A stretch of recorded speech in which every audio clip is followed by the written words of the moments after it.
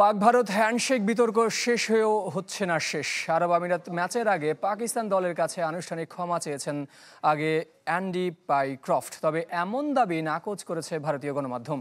আর দুই দলের দুই সাবেক কপিল দেব ও রমিজ রাজা দুই মেরুতে অবস্থান নিয়েছেন। RICL TMX, যুগের পর যুগ স্থাপনা থাকে মজবুত। পাকিস্তান আরব আমিরাত ম্যাচ শেষে দুদলের হ্যান্ডশেক পর্ব গড়িয়েছে মাঠ থেকে ড্রেসিং রুমে, অথচ এই ম্যাচে মাঠেই নামতে চায়নি মেন ইন গ্রিন। খেলা বড় নাকি খেলোয়াড় সুলভ আচরণ? ভারত পাকিস্তান ম্যাচের হ্যান্ডশেক বিতর্ক সামনে এনেছে এই প্রশ্ন। সুপার ফোরে মুখোমুখি হবার আগেও দুদেশের সাবেকদের বাকযুদ্ধ।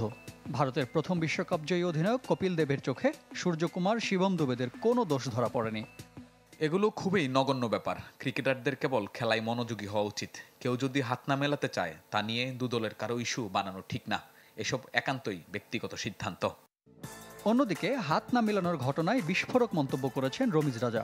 সাবেক পিসিবি প্রেসিডেন্টের কাঠগড়ায় পাইক্রফট। অবাক করার ব্যাপার কি জানেন? পাইক্রফট ভারতীয়দের খুব পছন্দের। যখনই আমি টস পরিচালনা করতে মাঠে নামি, ভারত ম্যাচে তাকে খুঁজে পাই। পিসিবি আগেই তাকে প্রত্যাহারের দাবি জানালেও আমলে নেয়নি আইসিসি। জিম্বাবুয়ের ম্যাচ রেফারির ক্ষমা চাওয়ায় শেষ পর্যন্ত এশিয়া কাপ বর্জনের হুমকি থেকে সরে দাঁড়ায় পাকিস্তান। যদিও সে দাবি পাকিস্তান ক্রিকেট বোর্ডের। ক্ষমা চাওয়ার বক্তব্য অবশ্য ভারতীয় গণমাধ্যম মিথ্যা হিসেবে আখ্যা দিয়েছে। রিফাত হোসেন, চ্যানেল 24।